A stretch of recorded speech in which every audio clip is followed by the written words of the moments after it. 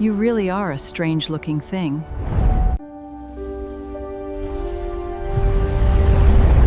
That pattern. We know that pattern. Do not attack her, because we've seen that pattern before. 10,000 alien ships were minutes away from burning Earth to ash when something impossible happened. Every weapon stopped. Every fighter froze. Across the planet, the Hive turned toward one tiny location. A ruined suburban porch. An old human grandmother sat there alone, calmly knitting a sweater. She did not run. She did not scream.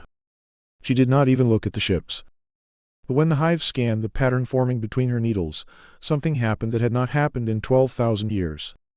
The entire alien fleet remembered. They knew that pattern. And for the first time since the invasion began, the aliens were afraid. 3 minutes earlier, Earth had been dying. The western sky above North America had disappeared behind a wall of black ships. They hung above the atmosphere in perfect formation, thousands of enormous vessels arranged with mathematical precision. No two ships moved independently. No pilot made a mistake. No commander shouted orders. The entire fleet moved like one living organism. The Hive. Humanity had spent 18 hours trying to understand them. It had taken less than 6 hours to realize there was nothing to understand. The Hive did not invade planets for territory. It did not invade for revenge. It did not even hate the species it destroyed. It simply calculated resources, resistance, population, energy expenditure. Then it decided whether a world was worth keeping. Earth had failed the calculation. The first orbital defense station had disappeared in 11 seconds. The second lasted 9. 3 human fleets had launched counterattacks. None had returned. By the 17th hour, the world's remaining military forces had stopped trying to win. They were only trying to buy time. Time for evacuation. Time for families to say goodbye. Time for people to hide. Time for humanity to accept the impossible. The end. In the city of Bellwether, the streets were almost completely empty. Cars had been abandoned at intersections. Storefront windows were shattered. Emergency sirens had gone silent hours ago. Snow covered the sidewalks, turning the ruined neighborhood strangely beautiful. At the end of one quiet street stood a small white house. Its windows were cracked. Its front door hung slightly open. A thin column of smoke rose from somewhere behind the house. And on the front porch sat Martha Hale. 70, 2 years old. Small. Silver-haired. Wrapped in a beige wool shawl. She sat in an old wooden rocking chair with a ball of burgundy yarn resting beside her. Her hands moved slowly. Click. Pull. Turn.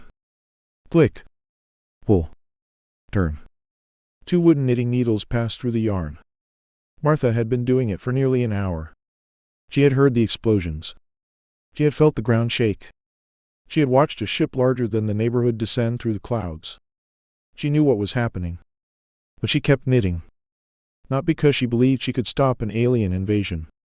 Not because she had some secret weapon hidden beneath the porch. And certainly not because she thought she was brave. She was knitting because she had made a promise. Her grandson Ali was somewhere north of the city. A soldier. 24 years old. 3 days earlier, before the communications network collapsed, he had called her. He had tried to sound calm. He had failed. He told her his unit had been moved to a colder region. Then, almost as an afterthought, he had said something that made Martha laugh. "Grandma, you know what I really need." She had asked what? A sweater. She had told him he was 24 years old and perfectly capable of buying one. He had laughed. Then he said, "Not the same." Martha had promised to make one. So she was making it. Even now.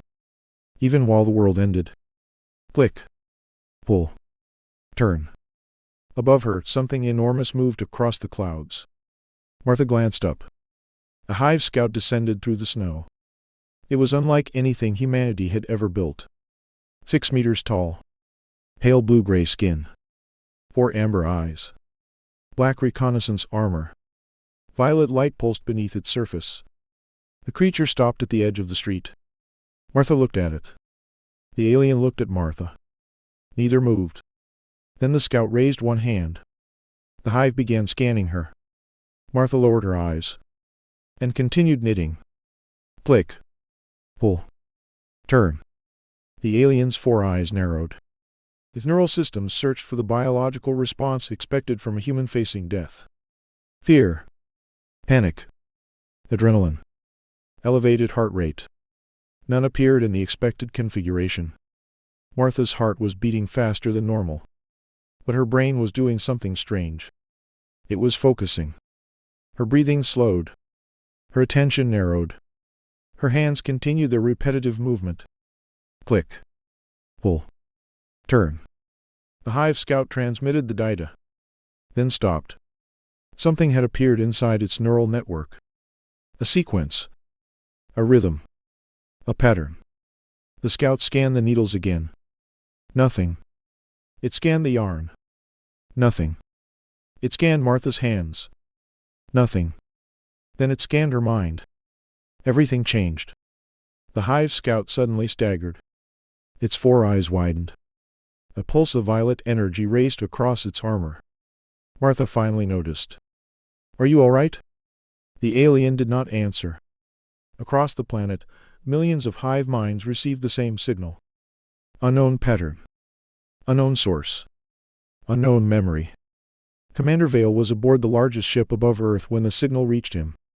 He stood inside the command chamber, surrounded by a wall of translucent tactical displays. Earth was divided into thousands of glowing sectors. Red indicated resistance. Black indicated completed eradication. The planet was almost entirely black. Vale had already calculated the final human casualty projection. He was preparing the command to begin atmospheric sterilization. Then the signal arrived. He froze. A single sequence appeared across his neural interface. 4 movements. Pause. 3 movements. Pause. 2 movements. Then repeat. Vale stared at it. His expression changed. For the first time in his long service to the Hive, the commander experienced something his species had spent generations eliminating. Uncertainty. He ordered the system to identify the source. The answer appeared. Human. Vale dismissed it. Impossible. He ordered another scan. The answer remained. Human female. Age 72. Location Bellwether. Threat level negligible. Vale looked at the tactical map. Then at the signal. Then back at the map. 1 human grandmother. 1 porch. 1 ball of yarn. 10,000 ships. Something was wrong. Display visual, Vale ordered. The chamber filled with an image. Martha Hale sat beneath the broken porch light. She was still knitting. Vale watched her hands. Click. Pull. Turn. His neural interface began flashing warnings. Memory conflict. Vale stepped closer. Again. The image replayed. Click. Pull. Turn. A buried memory surfaced. Not his own. Something older. Something stored deep inside the collective consciousness. A world burning beneath a red sky. Human ships rising through smoke. A woman holding a child. A pair of wooden needles. Burgundy thread. The same pattern. Vale staggered backward. The memory vanished. His officers stared at him. None dared speak. Vale looked toward Earth. Toward the tiny house. Toward the grandmother. He opened a private channel to the scout below. What did you find? Static. Then the scout answered. Commander. A pause. Its voice trembled. She is not afraid. Vale looked at Martha again. The old woman had finally stopped knitting. She was looking directly toward the sky. Toward the thousands of alien ships surrounding her world. For several seconds she simply watched them. Then she smiled. Not proudly. Not defiantly. Almost sadly. She picked up the yarn. And resumed knitting. Click. Pull. Turn. Vale felt the ancient memory returning. A woman's voice. 12,000 years old. A warning buried beneath layers of forgotten history. He could not hear the entire message. Only 3 words. Asterisk asterisk, remember the pattern. Asterisk asterisk. Hale immediately stood. Stop the attack. No one moved. His second-in-command turned toward him. Commander? Hale's eyes remained fixed on Martha. I said stop. Across Earth, the impossible happened. The weapons went silent. The fighters stopped. The invasion halted. 10,000 ships turned simultaneously toward one small suburban porch. Human survivors looked into the sky, unable to understand why the enemy had suddenly stopped. Martha looked down at her sweater. There was still a long way to go. She gently pulled the yarn through another loop. Click. Pull. Turn. Above her, Commander Hale watched in silence. He had destroyed civilizations. He had erased species. He had watched planets burn. But he had never seen anything like this. A human grandmother was knitting. And somehow the oldest memory in the hive was telling him to be afraid. Hale opened the fleet, wide channel. His voice was quiet. Almost uncertain. Do not attack the human. Another officer asked why. Hale looked at the pattern again. The answer came from somewhere deeper than logic. Because she does not know what she is carrying. He paused. Then gave the order that would change the course of the invasion. Find out who taught her that pattern. On the porch below, Martha kept knitting. She had no idea that 10,000 alien ships were watching her. She had no idea that her grandmother had once held the same needles. And she certainly had no idea that the pattern in her hands had survived longer than any human government, army, or city on Earth. She only knew one thing. Her grandson was cold. And she had promised him a sweater. Click. Pull. Turn. Somewhere inside the hive, something ancient woke up. For 12 seconds, nothing moved. 10,000 alien ships hung above Earth like an artificial night. Their weapons were still charged. Their fighters were still armed. Their targeting systems still had Martha Hale's house marked as a negligible human structure. Yet no one fired. On the porch, Martha kept knitting. Click. Pull. Turn. Sound was almost lost beneath the distant rumble of damaged power stations and the soft hiss of falling snow.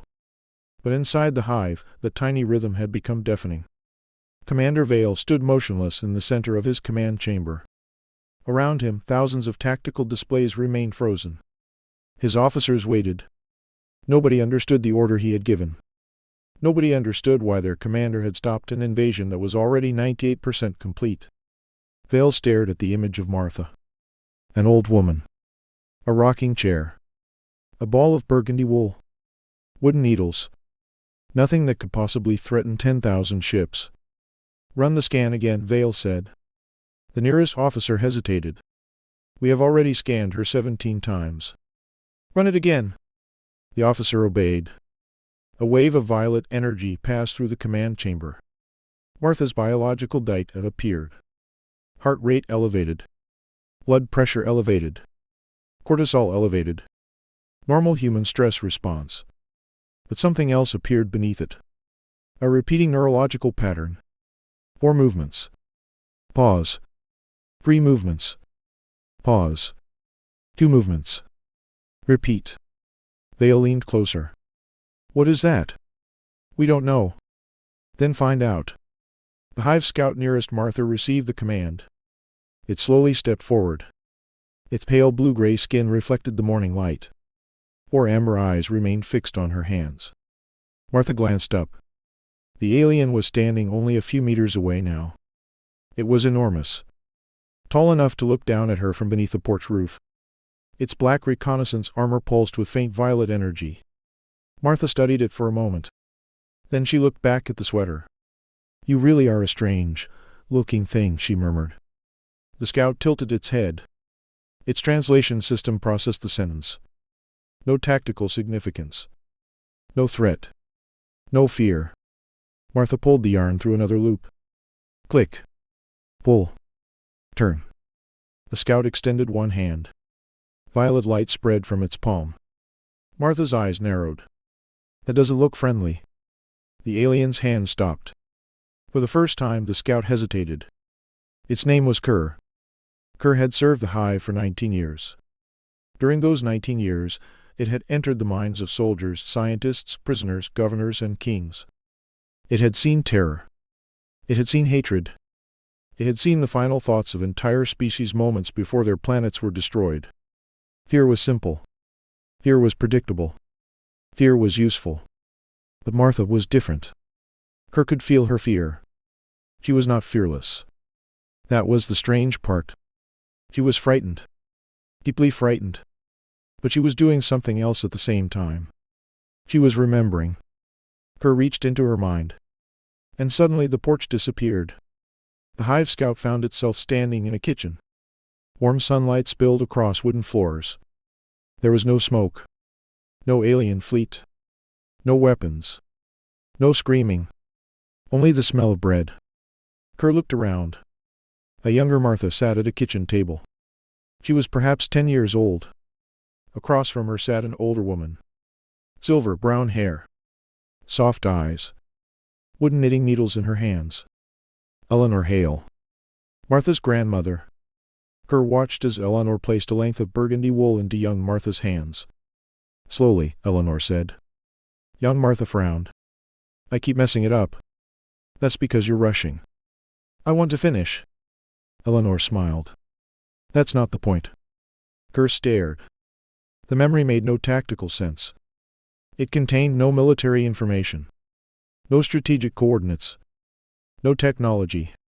No weapons. Yet something inside Kerr reacted to it. The Hive's neural network searched for an explanation. None appeared. Kerr moved closer. The memory shifted. Martha was older now. A teenager. Then a young woman. Then a mother. Then a grandmother. The faces changed. The house changed. The clothes changed. The decades passed. But the needles remained. Click. Pull. Turn. The same rhythm. The same pattern. Kerr suddenly understood something that disturbed it. The pattern had survived longer than the people who taught it. Kerr withdrew from the memory. It returned to the porch. The alien staggered. Martha looked up. You all right? Kerr did not answer. Inside the Hive network, thousands of minds were trying to process what Kerr had experienced. Hale watched through the scout's neural connection. He saw the kitchen. He saw Eleanor. He saw young Martha learning to knit. He saw something that should have been meaningless. Yet the memory affected him. Not logically. Emotionally. Hale rejected the sensation immediately. Disconnect. Kerr's head snapped toward the sky. The connection remained. Commander? Disconnect from the human. Kerr hesitated. The hesitation lasted less than 1 second. But Hale noticed. Now. Kerr withdrew. The kitchen vanished. Martha's porch returned. Snow. Ruined houses. Alien ships. Smoke in the distance. And the unfinished sweater. Kerr lowered its hand. Hale's voice came through the neural link. What did you see? Kerr struggled to answer. Nothing. Hale's eyes narrowed. You are lying. I do not know what I saw. Describe it. Kerr looked at Martha. She remembers things. Everyone remembers. Not like this. Hale waited. Kerr continued. She remembers people who are dead. That is irrelevant. She remembers their voices. Silence. She remembers the smell of their homes. Hale said nothing. She remembers the feeling of being held by them. Something moved through the Hive network. A faint disturbance. Thousands of connected minds had heard Kerr's words. Hale shut the channel. Enough. He turned toward his officers. Analyze the memory. The officers began working. But the Hive had a problem. Its civilization had spent thousands of years removing unnecessary information from collective memory. Anything that did not improve survival was discarded. Emotions were compressed. Personal memories were minimized. Individual preferences were considered noise. The Hive had become incredibly efficient. And now an old human woman was producing something its entire civilization had spent millennia eliminating. Noise. Not random noise. Meaningful noise. A lifetime of memories that had no measurable tactical value. Hale stared at the data. What is the purpose of this? No one answered. Why would a species preserve memories that cannot improve survival? An officer finally responded. Perhaps they are defective. Hale looked at the screen. No. He remembered Martha's face. They are choosing it. On the porch, Martha had stopped knitting. She looked toward the sky. Thousands of ships remained motionless above her. Then she noticed something. One of the smaller alien drones was hovering strangely. It had extended 2 mechanical appendages. Another had extended 2 more. They were attempting to reproduce the movements of her knitting needles. Martha watched. The drones moved together. Click. Pull. Turn. But they couldn't maintain the rhythm. One moved too quickly. Another moved too slowly. A third suddenly stopped. Then another. Within seconds, the perfectly synchronized hive formation began developing irregularities. Hale saw it immediately. Stop them. The drones did not respond. Stop them. Still nothing. Their movement patterns were changing. The hive was losing synchronization. Individual drones were making independent decisions. Kerr watched them. Then looked at Martha. Martha gave the smallest smile. You see? Kerr looked at her. What? You're doing it wrong. The alien stared. Martha held up one wooden needle. You have to let the yarn move. Kerr's translation system struggled. The sentence was processed. Then rejected. There was no tactical meaning. No strategic meaning. No measurable purpose. Yet Martha repeated it. You can't force it. Kerr looked at the burgundy yarn. Then at the needles. Then at Martha.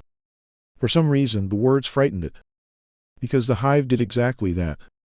It forced everything. Worlds. Species. Resources. Individuals. Everything had to move according to one design. And Martha had just described the opposite. Let it move. Let it become something.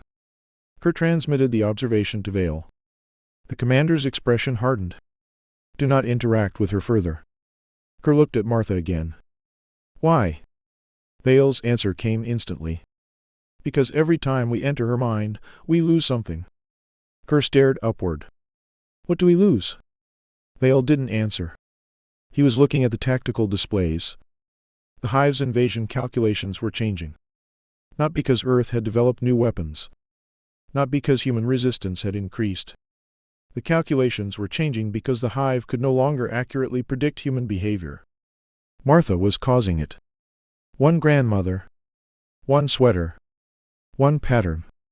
Then Hale noticed something buried in the scan. The neurological rhythm wasn't only coming from Martha. It was appearing in the hive itself. Thousands of alien minds were unconsciously repeating it. Click. Pull. Turn. Click. Pull. Turn. The commander immediately shut down the network. The rhythm disappeared. Silence returned. Hale breathed slowly. He looked toward the distant porch. Martha had started knitting again. She seemed completely unaware of what she had done. Or perhaps she knew more than she appeared to know. Hale opened a private channel. Martha Hale. She looked up. The voice did not come from the scout. It came from every speaker on the street.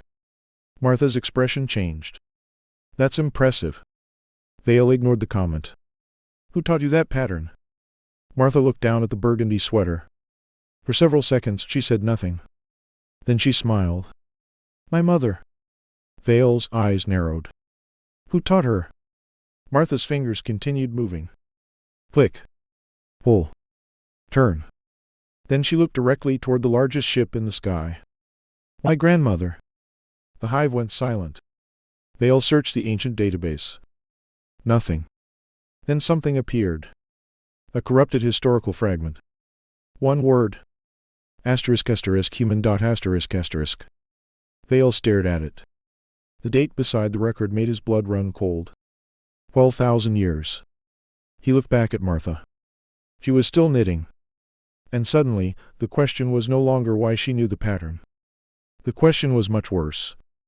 Why did the hive already know it? The word remained on Commander Hale's display. Human. Below it was a date. 12,004 years before present. Hale stared at the number. Then he stared at Martha. The old woman was still sitting on her porch. Still knitting. Still completely unaware that her hands had just opened a door into the oldest and most forbidden memory in the hive.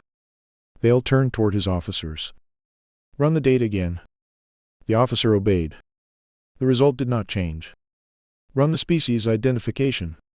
The screen flashed. "Human." Again. "Human." Hale's expression hardened. "Erase the possibility of contamination." "We already did." "Do it again." The officer hesitated.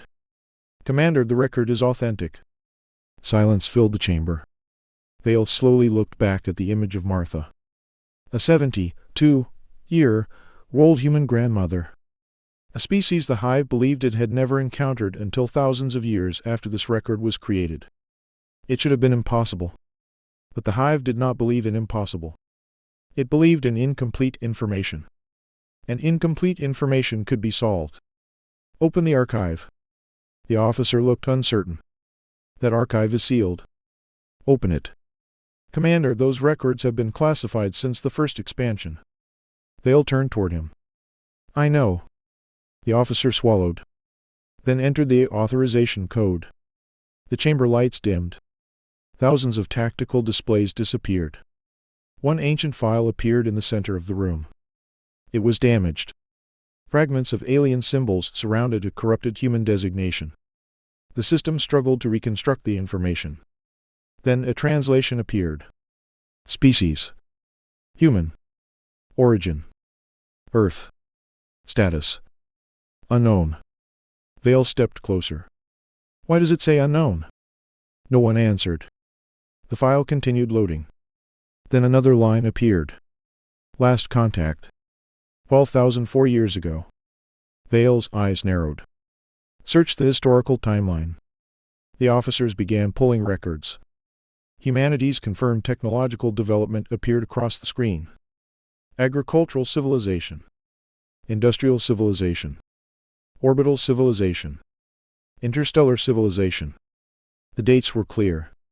Humanity had not developed its first permanent orbital station until centuries after the ancient record. Its first faster-than-light vessel came much later. Its first encounter with the Hive was recorded even later. They looked between the two timelines. They did not connect. They contradicted each other. How can humans exist in our archives before humans existed in our records? No one answered. Then Kerr spoke. The scout had remained connected to the command network. "Perhaps your records are wrong." Every officer turned. Hale looked at Kerr. "Explain." Kerr's 4 amber eyes remained fixed on the ancient file. "The woman on the porch carries the pattern." Hale said nothing. Kerr continued. "Her grandmother taught it to her." "That does not explain a 12,000-year-old record." "No." Kerr paused. "But it explains why the record recognized her." Hale looked back at Martha.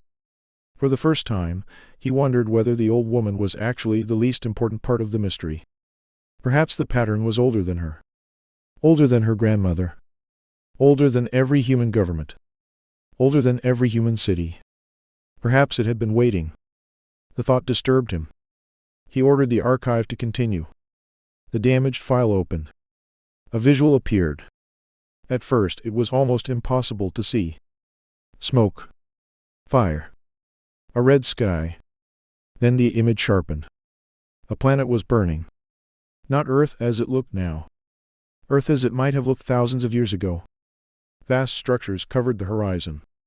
Human ships filled the sky. Thousands of them. Hale stared. The ships were unmistakably human. They were enormous. Elegant. Advanced. Far beyond anything humanity possessed in the present. An officer whispered. "That technology shouldn't exist." Hale didn't answer. The recording continued. A human woman stood inside the damaged shelter. She looked exhausted. Her clothes were torn. Blood covered one side of her face. In her arms was a small child. And in her hands were wooden knitting needles. Burgundy wool ran between her fingers.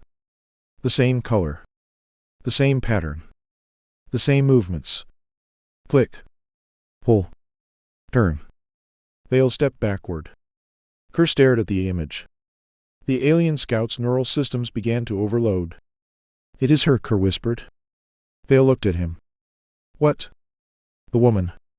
Kerr pointed toward the screen. The same pattern. Vale shook his head. Not the same woman. No. Kerr's voice became quieter. Same memory. The ancient recording changed. The woman looked toward something outside the shelter. Her expression changed. Fear.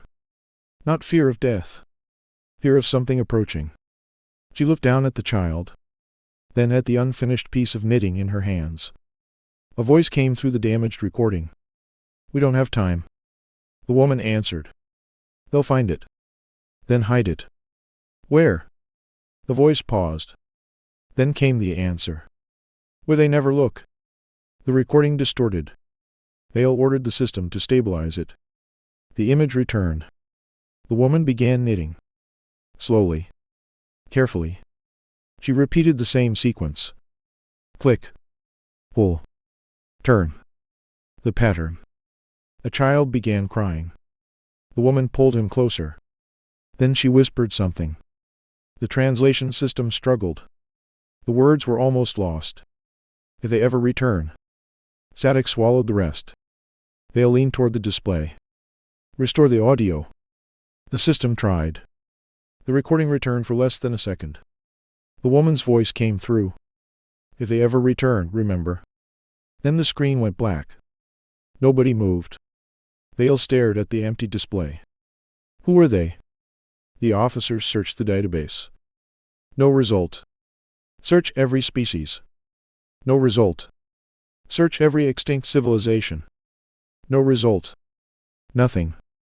Vale's patience disappeared. Search the forbidden archives. The officer looked at him. Commander, those archives are restricted. I am aware. They contain information removed from collective memory. Then perhaps someone had a reason to remove it. The officer entered the command. The system rejected it. Vale entered his authorization. The system rejected it again. A warning appeared. Access denied. Vale stared at the message. The Hive had conquered worlds. It had erased civilizations. It had rewritten its own historical records countless times. Yet something in its own memory was refusing to open. Then Martha's knitting needles moved again. Click. Pull. Turn. The sound came through the scout's external microphone. Every officer heard it. Kerr looked toward the speaker. His expression changed. The rhythm was identical to the ancient recording. Vale slowly closed his eyes. The pattern wasn't just a design. It was a sequence. A memory. Perhaps even a key. Return the audio from the ancient recording, Vale ordered. The system replayed the final seconds. Click. Pull. Turn. Click. Pull. Turn. Vale compared the sequence to Martha's movements. They matched perfectly. Not approximately. Exactly. He looked at the date again. 12,004 years. Then at the woman in the recording. Then at Martha. The same pattern had crossed 12,000 years. But the people who carried it had never known why. That realization was more disturbing than any weapon. The Hive had always believed that information survived because civilizations protected it. Humans appeared to have done something different. They had forgotten. And somehow the forgotten thing survived anyway. Vale opened a private channel to Martha. Martha Hale. She looked toward the sky. Yes? Where did your grandmother learn that pattern? Martha smiled faintly. I told you. Your mother. My mother learned it from her mother. How far back? Martha shrugged. I don't know. Vale's voice became sharper. You never asked? Martha looked down at the sweater. My grandmother used to say some things were better remembered than explained. Vale froze. Why? Martha looked toward the alien fleet. She never told me. Then she returned to her knitting. Click. Pull. Turn. Vale looked at the ancient woman on the archive. Then at Martha. The same pattern. The same rhythm. The same species. separated by 12,000 years. He ordered another search. This time the system returned something. A fragment. A single ancient human designation.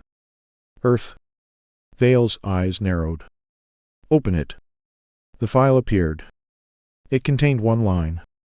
Earth status, quarantine. The room became silent. An officer whispered. Quarantined? Hale stared at the word. Who issued the quarantine? The system searched. No answer. Who was Earth quarantined from? No answer. Why was it quarantined? The system returned a corrupted message. Hale waited. The letters slowly appeared. Do not return. His officers stared. Hale's face went completely still. The Hive had spent thousands of years believing it was returning to conquer Earth. But the oldest record in its possession said something else. It had been told never to come back. Hale looked toward Martha. For the first time, the commander understood that the grandmother was not the beginning of the mystery. She was the continuation of it. And the sweater in her hands was not simply carrying an old pattern. It was carrying a warning. A warning humanity itself had forgotten. Hale looked at the final line of the archive. There was one more corrupted sentence beneath it. He ordered the system to restore it. The letters appeared one by one. Then the chamber lights flickered. The ancient message finally became readable. They are coming back. Hale stared at the words. His voice was barely audible. Who? The archive went dark. Outside on the ruined porch, Martha continued knitting. Click. Pull. Turn. And somewhere beneath the Earth's frozen surface something ancient answered. The words remained on the screen. They are coming back. Commander Hale did not move. Around him, the command chamber was silent. No officer spoke. No tactical display changed. Even the distant vibration of the fleet seemed to disappear. For 12,000 years, the Hive had believed it was the oldest surviving power in the galaxy. It had erased civilizations. It had absorbed worlds. It had carried the memories of extinct species inside its collective consciousness. It had always believed that nothing could exist beyond the edge of its knowledge. But now one ancient human message had reduced that certainty to a single question. Who were they? Hale looked at the archive. Search the phrase. The system obeyed. Thousands of records appeared. Military archives. Colonial records. Species reports. Extinction logs. First contact documents. Nothing. The phrase appeared nowhere else. Hale's jaw tightened. Search linguistic variations. The system searched again. Nothing. Search extinct languages. Nothing. Search corrupted archives. Nothing.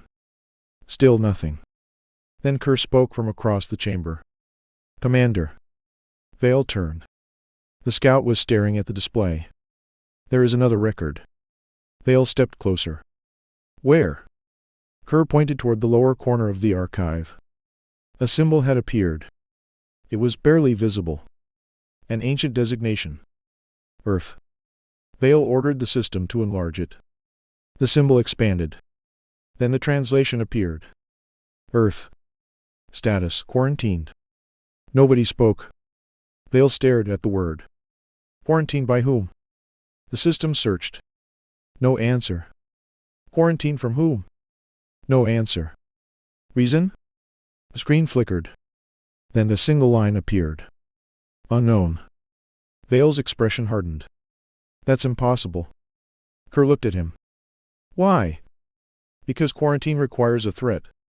He stared at the record. And the Hive was never quarantined. Kerr remained silent.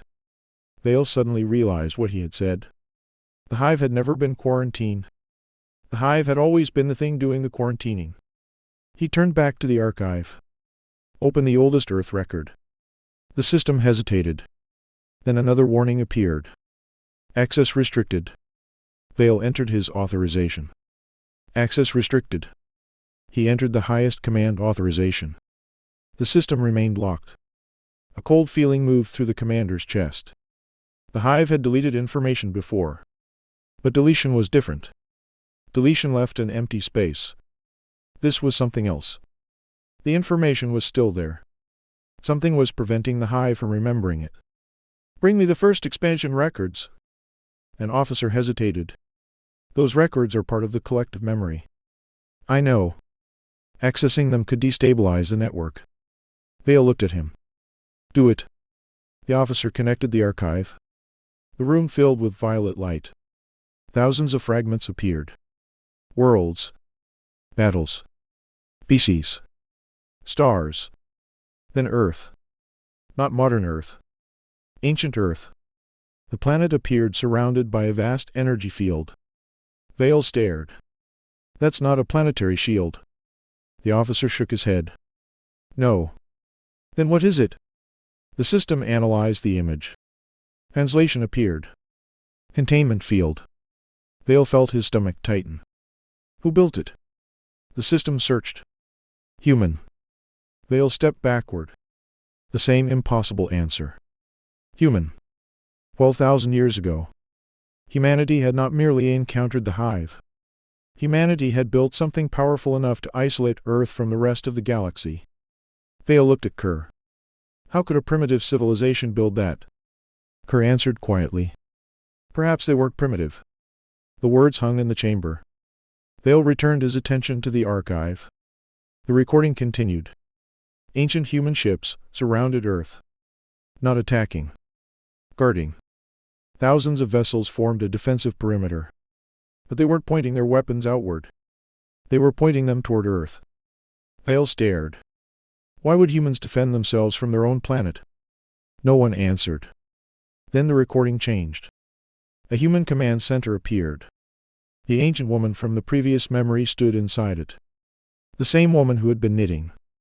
The same woman who had held the frightened child. She was older now. Her face was exhausted. Behind her stood several human officers. One of them spoke. The Hive has withdrawn. The woman shook her head. They will return. We destroyed their gateway. They will build another. We destroyed their records. They will remember. The officers looked at one another. The woman looked toward Earth. Then she said something that Hale would remember for the rest of his life. Then we have to make sure they remember the wrong thing. Hale froze. The recording continued. The humans had discovered something. The Hive could not forget. Not completely. Its collective memory could be altered. Fragments could be buried. Historical events could be removed from active consciousness. But deep inside the Hive, nothing truly disappeared. So the humans created a false history. They allowed the Hive to believe it had defeated humanity. They allowed it to believe Earth had been abandoned. They allowed the Hive to believe humans were technologically primitive. And then they sealed Earth. The Hive had spent 12,000 years believing it had won. But it had never won. It had simply forgotten. Hale stared at the ancient woman. What did they hide? The recording distorted. The woman turned toward the camera. For a moment it looked as though she was staring directly at him. Then she said, If the Hive returns, they will come looking for our weapons. The recording paused. Let them. Hale's eyes widened. The woman continued. They will never understand that the weapons were never the important part. The recording ended. The chamber remained silent. Hale slowly looked toward Martha's image. The old woman was still knitting. The same burgundy wool. The same wooden needles. The same pattern. He finally understood why the Hive had reacted to it. Pattern wasn't simply a memory. It was a reminder of the false history. A way to recognize the truth if the Hive ever came back. But one question remained. Why had Martha's family preserved it? Hale opened a direct channel. Martha Hale. Her face appeared on the screen. She was sitting in the rocking chair. Snow was falling around her. The alien fleet remained motionless above the neighborhood. Martha looked tired now. But her hands were still moving. Click. Pull. Turn. Hale spoke carefully. Your grandmother taught you this pattern. Martha nodded. Yes. Did she ever tell you why? Martha shook her head. She told me it was old. How old? Very old. Did she tell you where it came from? No. Hale studied her face. You never questioned it? Martha smiled. Of course I did. Then why didn't you ask? I did ask. Vale waited. What did she say? Martha looked down at the sweater. She said that one day someone would. Vale's expression changed. Someone would what? Martha looked back at him. Ask the right question. Vale felt a chill. What is the right question? Martha's hand stopped. For several seconds, she simply looked at him. Then she said, Why are you here? Vale stared at her. He had expected fear. He had expected anger. He had expected demands. Instead, she had asked the one question the Hive had never considered. Why are you here? Not how did you arrive? Not what do you want? Not how powerful are you? Why? Vale looked back at the ancient archive. For 12,000 years, the Hive had treated Earth as a target, a resource, a world to be conquered. But now he wondered if the Hive had returned because it was supposed to, or because someone had manipulated it into returning. He turned toward the archive. Search the original invasion order. An officer did so. The record appeared. It was older than any living Hive commander. The order was simple. Return to Earth. Vale stared. Who issued it? The system searched. The answer appeared. Origin unknown. Vale's blood ran cold. Who authorized the invasion? The system searched again. No result. Who told us to come here? Nothing.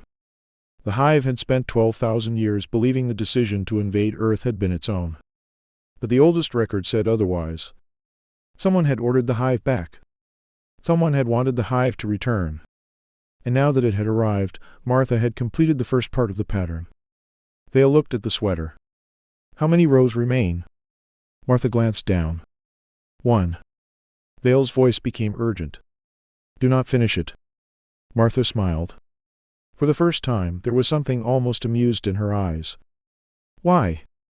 Vale had no answer. Because the truth was becoming impossible to ignore. The pattern might reveal what humanity had hidden. But it might also reveal why the Hive had been summoned back to Earth. Martha picked up the final length of burgundy yarn. The alien commander watched helplessly. 10,000 ships waited above her. Every weapon remained silent. Every sensor was focused on her hands. Martha inserted the wooden needle. But before she pulled the yarn through, she looked toward the sky. Your people forgot something. Vale stared. What? Martha's eyes narrowed. The reason my grandmother was told to keep knitting. She pulled the yarn halfway through. Click. Vale stepped toward the display. What reason? Martha stopped. Then she said quietly. Because if the pattern was ever completed. She looked at the alien fleet. Someone would finally remember what happened to the first humans. The screen went black. And beneath the frozen surface of Earth, something answered the completed half of the pattern. For several seconds after the archive disappeared, Commander Vale could hear nothing. Not the hum of the command chamber. Not the thousands of Hive minds connected beyond the walls. Not even the distant vibration of the fleet hovering above Earth. All he could hear was the final sentence. They are coming back. Then he heard something else. Click. Pull. Turn. Martha was still knitting. Vale looked at her image. The old woman sat alone on her porch while 10,000 alien ships surrounded her planet. She should have been the most insignificant organism in the entire invasion. Instead, every answer seemed to lead back to her. Vale opened the fleet channel. Do not fire. The order spread through the Hive. 10,000 ships remained silent. Then Vale issued another command. Deploy ground units. Kerr immediately turned toward him. Commander? Not weapons. Vale looked at Martha. Observers. Thousands of Hive drones descended through the pale winter sky. They moved toward the neighborhood in perfect formation. Martha watched them approach. She did not stop knitting. But she was no longer alone. Doors began opening along the street. A man stepped out of a damaged house. Daniel Brooks. 47 years old. Broad shoulders.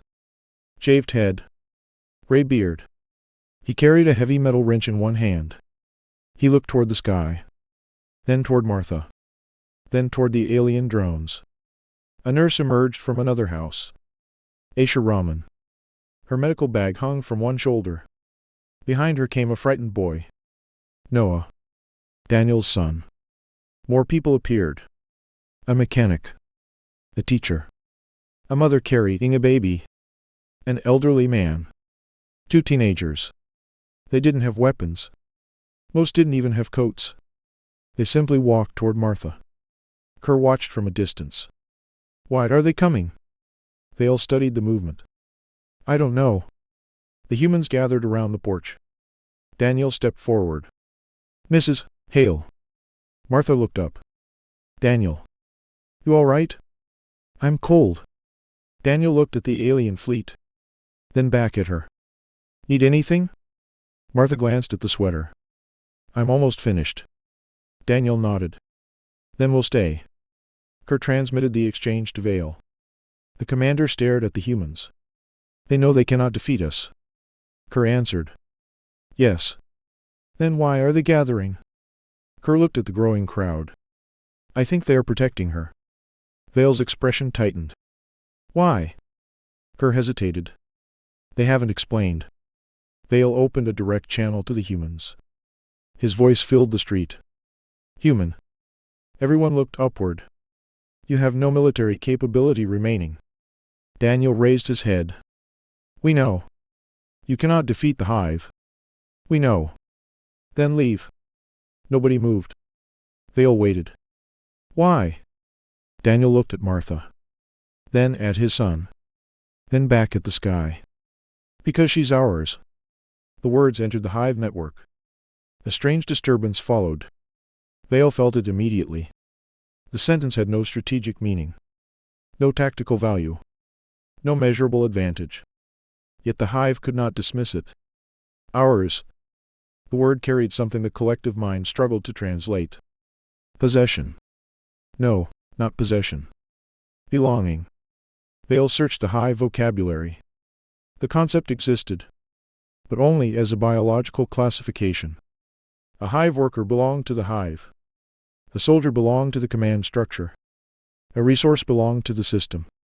But humans appeared to mean something else. Martha belonged to them because she was Martha. Not because she was useful. Not because she was powerful. Not because she could help them survive. Simply because she was one of theirs. Hale looked toward the ancient archive. Something finally began to make sense. The ancient humans had understood the Hive's greatest weakness. The Hive could destroy anything it could identify as an individual threat. But what if humans refused to behave as individuals? What if every person carried a piece of everyone who came before them? What if destroying one human did not erase what that human carried? The Hive had spent 12,000 years destroying bodies. Humans had spent 12,000 years preserving meaning. Hale ordered another search. Find the pattern in human historical records. The system searched. Millions of documents appeared. Old photographs. Family records. Handwritten letters. Recipes. Songs. Traditional clothing. Children's games. Knitting patterns. Hale watched them appear. Different countries. Different languages. Different centuries. Different cultures. But beneath them was something familiar. Repetition. Patterns. Stories passed from one generation to another. The Hive had never considered them important. They had never been classified as military information. So they had been ignored. Hale stared at the data. They hid it in everything. Kerr looked toward him. What? The humans. Hale pointed at the records. They didn't preserve one message. He looked at Martha. They preserved a behavior. Kerr remained silent. Hale continued. Every generation teaches the next one something the previous generation refused to lose. He searched deeper. The pattern appeared again. Not always in knitting. Sometimes in woven cloth. Sometimes carved into wood.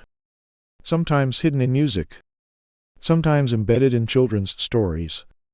The form changed. The sequence remained. The Hive had been searching for a database. Humans had turned their entire culture into one. Aisha looked at the alien ships above them.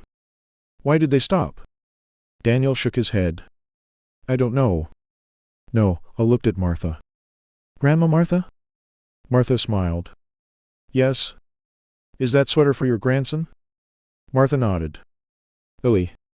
Where is he? Martha's smile faded. I don't know. The boy looked toward the sky. Do you think he's alive? Martha looked at the thousands of ships. Then she looked down at the sweater. I promised I'd finish it. Noah frowned. Even if he isn't? Martha gently touched the burgundy wool. Especially if he isn't. The words struck her harder than any weapon. He transmitted them to Vale. The commander closed his eyes. He finally understood. Pattern wasn't important because it contained information. It was important because humans continued to carry it even when they no longer remembered what it meant. That was the true mechanism. Not memory. Faith. The belief that something mattered enough to preserve. Vale searched the ancient records again. This time he found another fragment. A message from the woman who had held the child. The recording was damaged. Her face flickered. Her voice returned in fragments. If they erase our cities. Static. Remember. The recording continued. If they destroy our machines. Static. Remember. The woman looked toward the child in her arms.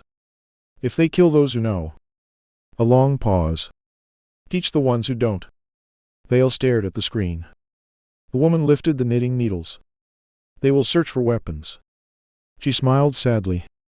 They will never understand that the weapon is the remembering. The recording ended. Vale slowly lowered his hand. For the first time, he understood why the ancient humans had not simply hidden their technology. Technology could be destroyed. Archives could be corrupted. Weapons could be captured. But a grandmother could teach a child. A child could teach another child. A family could remember a song. A mother could repeat a story. A daughter could learn a pattern. And centuries could pass. The hive could destroy everything visible. But it could never destroy everything humans carried inside one another. Vale looked toward Martha. She had almost finished. One final section remained. His voice became quiet. How many generations? The system answered. Unable to determine. Estimate. Potentially hundreds. Vale stared at the old woman. Hundreds of generations. Pattern had survived hundreds of times through simple human hands. Martha had never known why. Her grandmother had never known why. Perhaps even the woman 12,000 years ago had known that one day, the original meaning would disappear. But the pattern would remain. Because someone would always teach someone else. Kerr stepped closer to Vale. Commander. Vale looked at him. I understand now. What? Kerr looked toward the humans surrounding Martha. They did not preserve the message. Vale waited. They preserved the person who would eventually remember it. Vale said nothing. Outside, the human crowd grew larger. War survivors emerged from hiding. They brought blankets. Food. Medical supplies. Someone brought a lantern. Someone else brought a chair. Nobody knew what was going to happen. But they stayed. Not because Martha had ordered them to.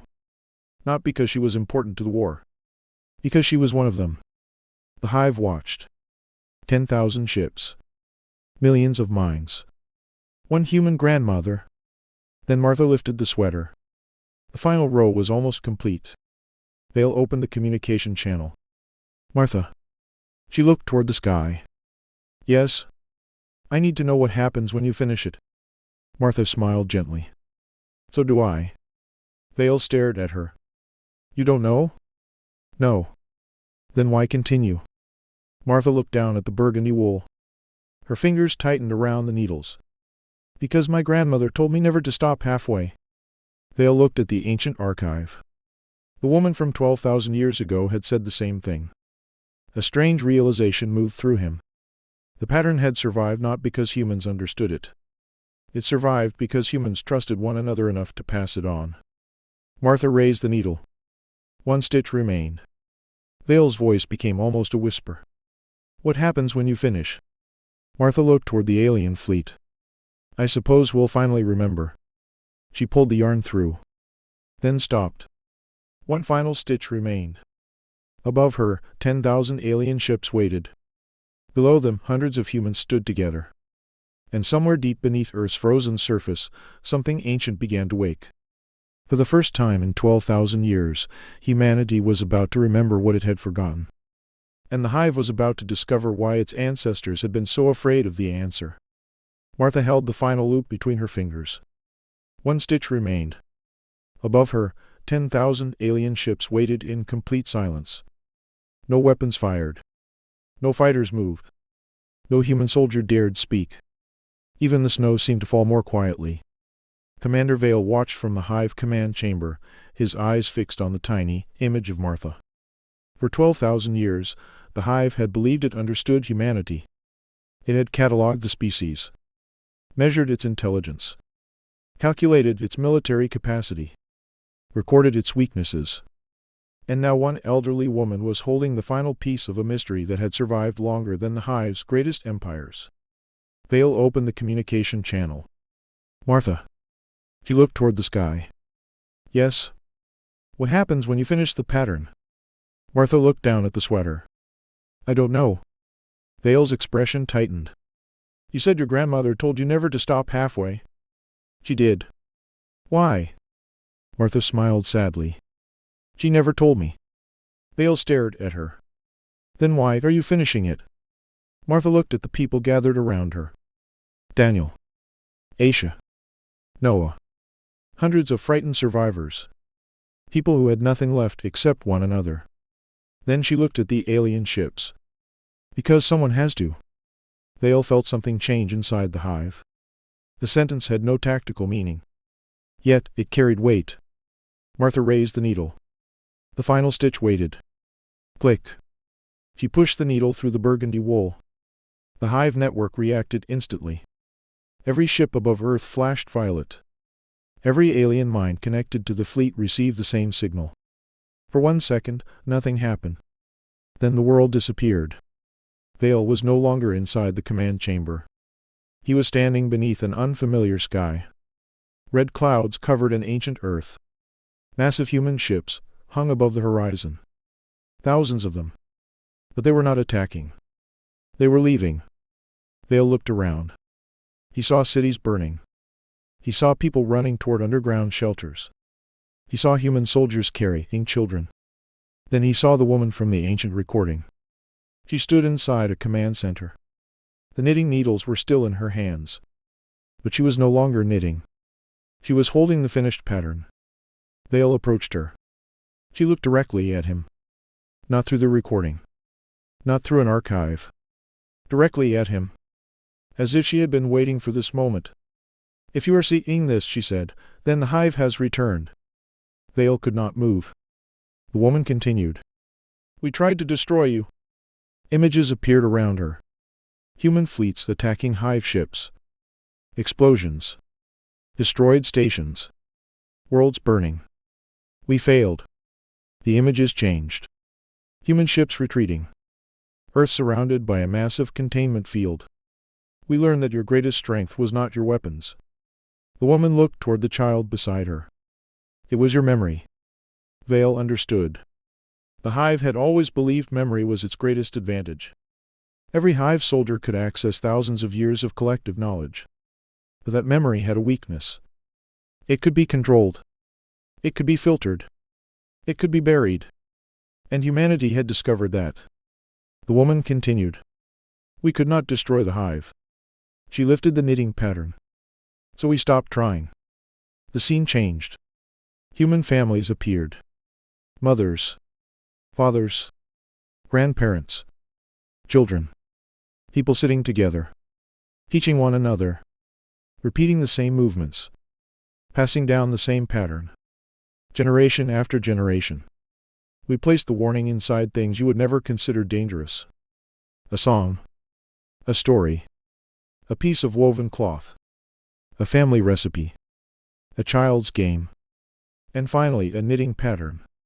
They'll watch the sequence repeat across centuries. The Hive had searched human weapons. It had searched military archives.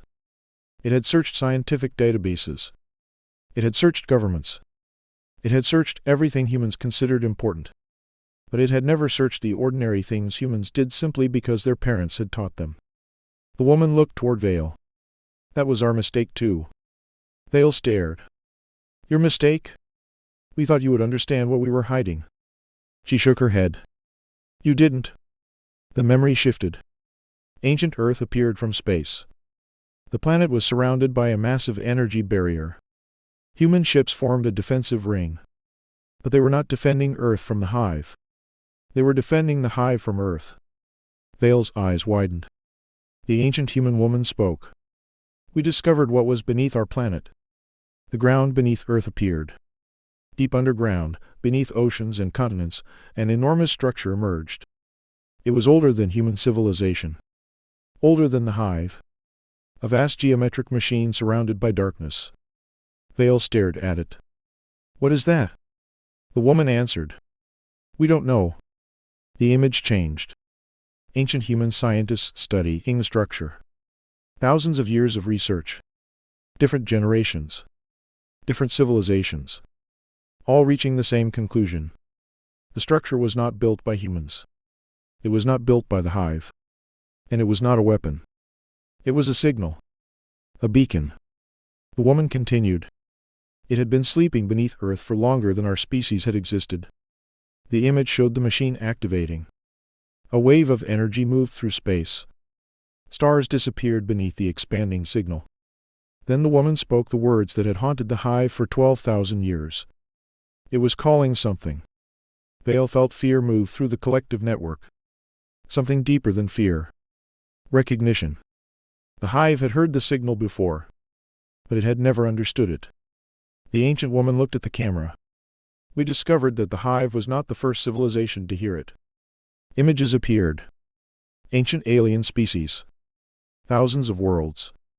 Each one disappearing. Civilizations rising. Then vanishing. Again. And again. And again. The Hive had not been conquering empty worlds. It had been following the same signal. It had been moving toward Earth because the signal had been calling it. The invasion had never been random. Someone had been guiding the Hive toward Earth for thousands of years. The woman looked at the child beside her. We knew the Hive would eventually return. So we made sure humanity would forget. Vale stared at her. Why? The answer came softly. Because if humanity remembered, the signal would remember us too. The memory shifted. Earth became quiet. Human cities disappeared beneath centuries of snow and soil. The containment field activated. The ancient humans erased their own records. They destroyed their technology. They buried their knowledge. They scattered their civilization. Then they began again. Not as an advanced species. As families. Villages. Communities. They became farmers. Teachers. Craftsmen. Parents. Grandparents. They forgot the war. They forgot the Hive. They forgot the machine. But they remembered one thing. The pattern. Because someone had to remember enough to recognize the truth if the Hive ever returned. Vale finally understood. Martha had not awakened the ancient machine. She had awakened the Hive's memory of it. The final stitch had simply completed the key. The Hive had been looking for a weapon. There had never been one. The weapon was memory. Martha's voice pulled Vale back into the present. Are you seeing it? Vale opened his eyes. He was back in the command chamber. Every officer around him was frozen. Every ship was receiving the same memory. And beneath Earth something was waking. A deep vibration moved through the planet. The snow trembled. Windows shook. People around Martha stepped backward. Daniel looked at the ground. What was that? Martha didn't answer. The sky changed. The enormous alien fleet began moving. Not toward Earth. Away from it. 10,000 ships turned simultaneously. Vale gave the order. Retreat. An officer stared at him. Commander, the planet is defenseless. Vale looked at the ancient signal appearing across his displays. No. He looked toward Earth. It isn't. The first alien ship accelerated. Then another. Then hundreds. Then thousands. Humanity watched in disbelief as the greatest invasion fleet in history abandoned the planet without firing a single shot. Daniel looked at Martha. "What did you do?" Martha looked down at the finished sweater. "Nothing." She smiled. "I just finished what my grandmother started." A communication signal suddenly appeared. Martha's expression changed. She knew the voice before the transmission completed. "Grandma?" Her eyes filled with tears. "Lily?" His voice was weak. Tired. But alive. "I'm here." Martha closed her eyes. For the first time since the invasion began, she allowed herself to cry. "You said you needed a sweater." Lily laughed softly. "I still do." Martha looked at the finished garment. "I made it." There was silence. Then Elise said, "I knew you would." Martha held the sweater against her chest. Around her, the survivors began to cry, laugh, and embrace one another. Above them, the alien fleet disappeared into the clouds. Commander Vale watched Earth become smaller on his display. One of his officers asked the question none of them wanted to ask. "Commander, what do we tell the Hive?" Vale looked at the ancient human message. Then at the final stitch. Then at Martha. "Tell them the truth." "What truth?" Vale paused. "The humans were never trying to defeat us." The officer waited. "They were trying to make sure we survived long enough to remember." The command chamber fell silent. Vale looked toward the stars. For 12,000 years, the Hive had believed humanity was weak because humans built fragile things. Homes. Families. Traditions. Stories. Sweaters. It had never understood that fragile things could survive precisely because people cared enough to carry them forward. The Hive could destroy a city. It could destroy a fleet. It could destroy an empire. But it could not destroy a grandmother's promise. It could not destroy a child's memory. It could not destroy a story repeated from one generation to the next. And it could not destroy a pattern passed from one pair of hands to another for 12,000 years. Back on Earth, Martha returned to her rocking chair. The porch was still damaged. The city was still broken. The war had not magically repaired anything. There would be rebuilding. There would be mourning. There would be questions. But Martha looked at the finished sweater and smiled. She had kept her promise. And somewhere beyond the stars, 10,000 alien ships carried a new understanding of humanity. They had spent 12,000 years looking for Earth's weapons. They had searched its armies, its technology, its ships, its defenses. They had searched everything humans built to fight. But they had never thought to search the things humans built to love. Martha folded the sweater carefully. Then she looked toward the quiet sky and whispered the lesson her grandmother had given her long ago. Never stop halfway. The wind carried the words across the ruined neighborhood.